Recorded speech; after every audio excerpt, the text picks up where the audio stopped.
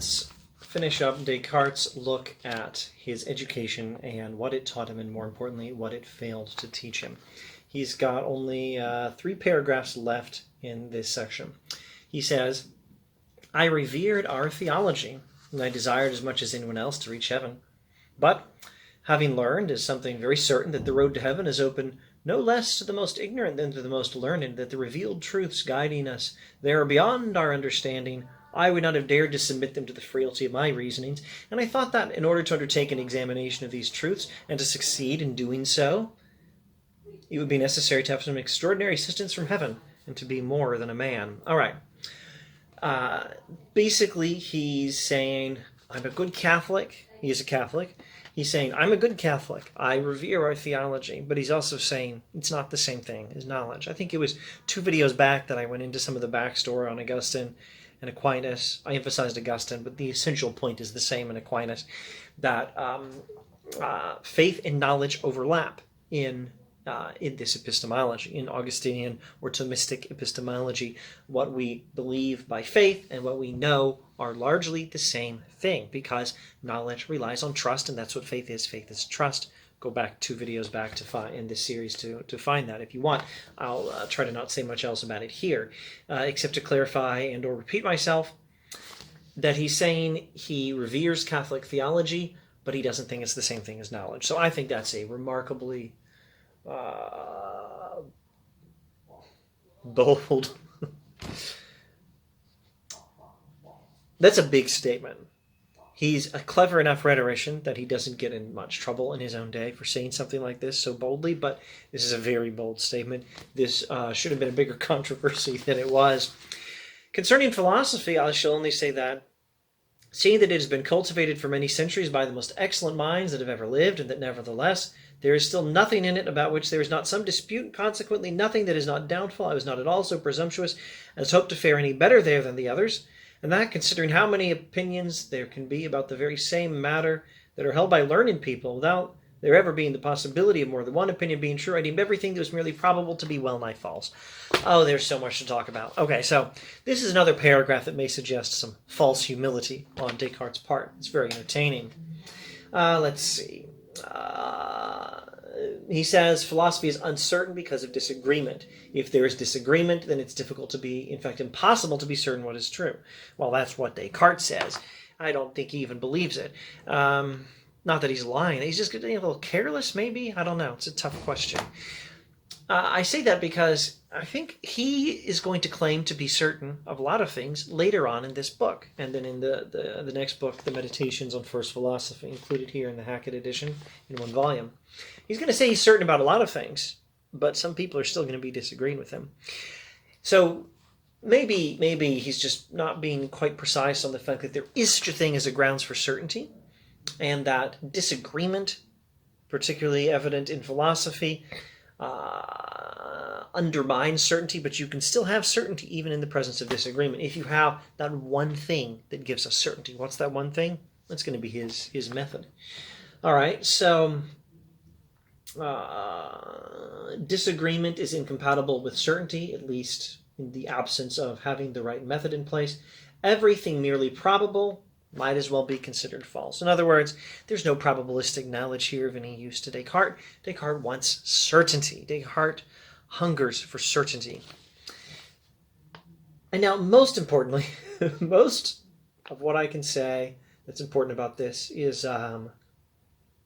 what I will put off saying after observing a couple sentences from the next paragraph, and then I'll wrap this up and make this a shorter video than my average these days anyway.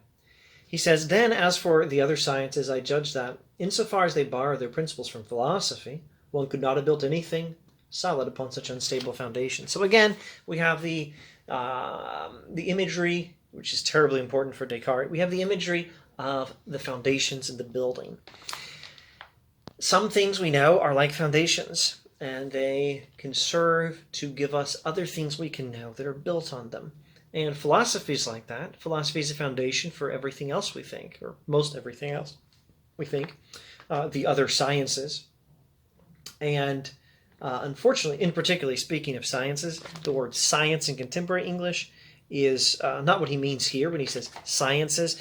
He means something more like academic fields of study or areas of knowledge, but definitely that would include what we now call science. Science and other sciences are dependent on philosophy. There's no knowledge of anything except by presuming what we believe philosophically. There's a philosophical foundation for science, like the belief that I exist in a three-dimensional space and I have access to it through my five senses and stuff like that. That's something for philosophy to study. It's something science doesn't study. It's something science assumes. All right? So there are things that are foundations for other things. And it turns out that philosophy is the foundation for nearly everything. And dang it, philosophy doesn't have any knowledge for us, so there's no knowledge anywhere else either. Not in philosophy, not in science. And finally, as to the false doctrines, I do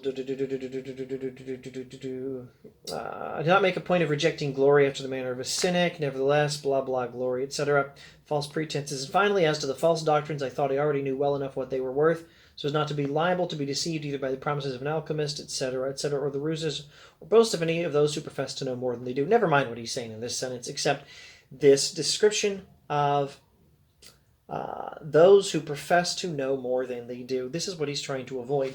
He's trying to avoid not admitting to what we don't know. And then this again is where I will close this video with the observation that Descartes is setting himself up as the new Socrates, the new and improved Socrates, the replacement to Socrates, the guy who says, I don't know anything, and I can tell you what you don't know either. And then the guy who's going to actually give us some knowledge. Socrates says, I don't know anything. And Socrates makes it his life's work to be radically aware of the limits of his own knowledge and to expose the delusion of knowledge in people who believe things and don't know those things to be true, but think that they know them. They believe it for some reason other than that they know it. And they think they know it, and Socrates exposes them. Descartes doing the same. Descartes saying, I'm like Socrates here. I know what I don't know. I can expose pretenses to knowledge where there isn't actually knowledge. But then he's going to go beyond Socrates and say, I can give you knowledge. How? By giving the method for conducting reason well, seeking truth in the sciences. And this is a most audacious statement. He's saying there's no knowledge in theology. I believe it, I revere it, but it's not knowledge. There's no knowledge in philosophy or in anything else that depends on philosophy, which is nearly everything. And therefore, since Socrates, we have made no progress in knowledge. Socrates was radically aware of what we do not know. We have made no progress since then towards knowledge. There's been no progress in all those centuries since Socrates, but there will be now, because I'm going to give you the method for getting knowledge. That's what Descartes is audaciously telling us, and it's so hilarious and so awesome, and maybe too ambitious. Maybe he'll fail, but we'll have to wait and see. Thanks for watching.